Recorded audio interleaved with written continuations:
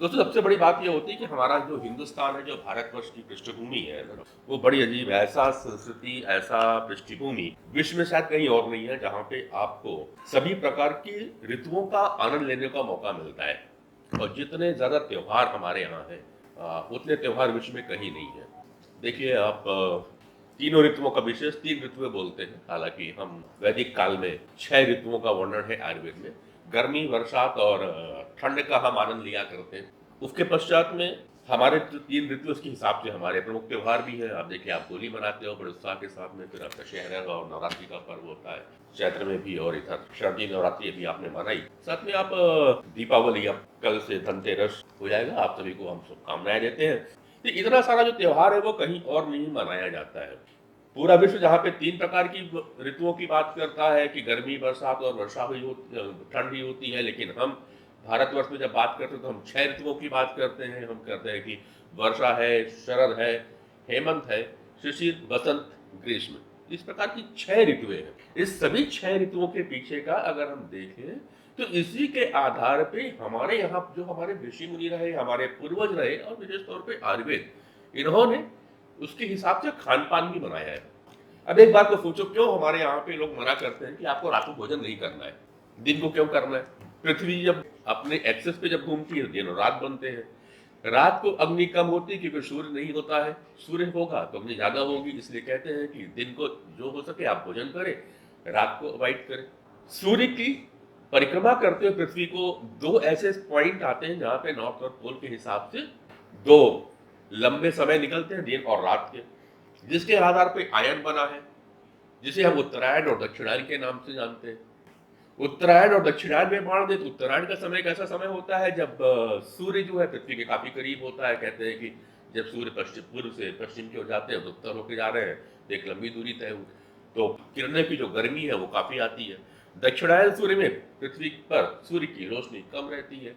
तो उत्तरायण के समय में आपके अंदर जो जठराग्नि है वो तीव्र होती है, और दक्षिणायन के समय में जो पेट की जठराग्नि है वो कम होती है। इसलिए उत्तरायण के समय में जब भी आप कुछ खाना खाते हो तो जल्दी हजम हो जाता है, क्योंकि पेट की अग्नि ज्यादा अच्छी है। और दक्षिणायन सूर्य के समय में आप जो भोजन करते हैं, खास करके बरसात से लेकर के अभी जो मौसम चल रहा था दशहरा तक का, उस मौसम में अगर आप देखें, आपकी जो अग्नि है वो कमजोर रहती है, इसलिए यहाँ पे कहा गया है कि कम खाएं।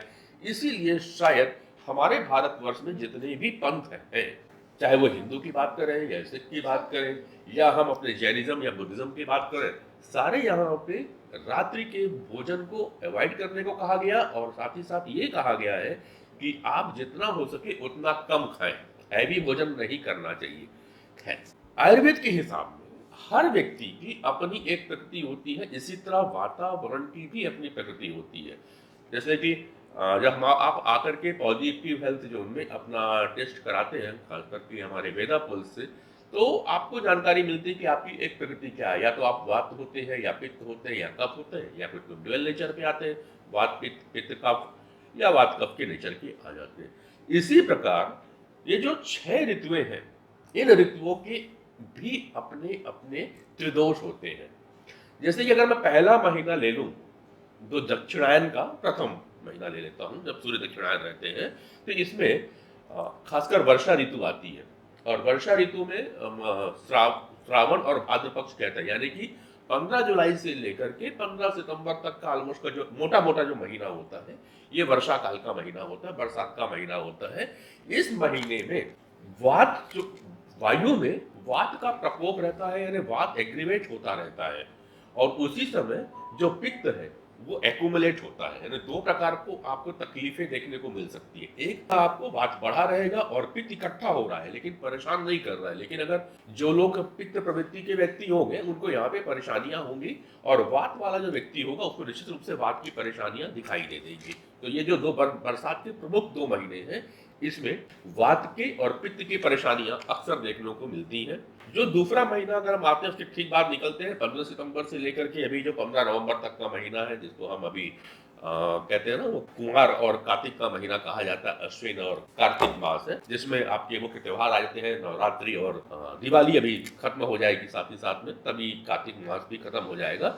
ये जो महीना था, इस महीने में जो है वो एग्रीवेट होता है, और वात जो है वो एक्यूमुलेट होता है, यानी इस दौरान भी आपके पित्त बढ़े रहेंगे। अब ऐसे व्यक्ति डॉक्टर सोचते थे जिनके पित्तज व्यक्ति है, जिन्हें पित्त बढ़ा रहता है, उनके लिए एक अच्छा कारगर चीज है, एक गिलास दूध गर्म ना हो, गुनगुना भी नहीं हो, ठंडा ही रखे तो अच्छा है। ठंडा का मतलब फ्रिज पे ना रखें, नॉर्मल दूध को 1 या 1.5 चम्मच देसी घी, गाय या भैंस कोई भी होगा चलेगा, किसी का भी घी हो, उसको 1 चम्मच मिला करके यदि रात को सेवन कर लिया जाए तो इस समय पित्त से काफ़ी कुछ आराम मिल सकता है।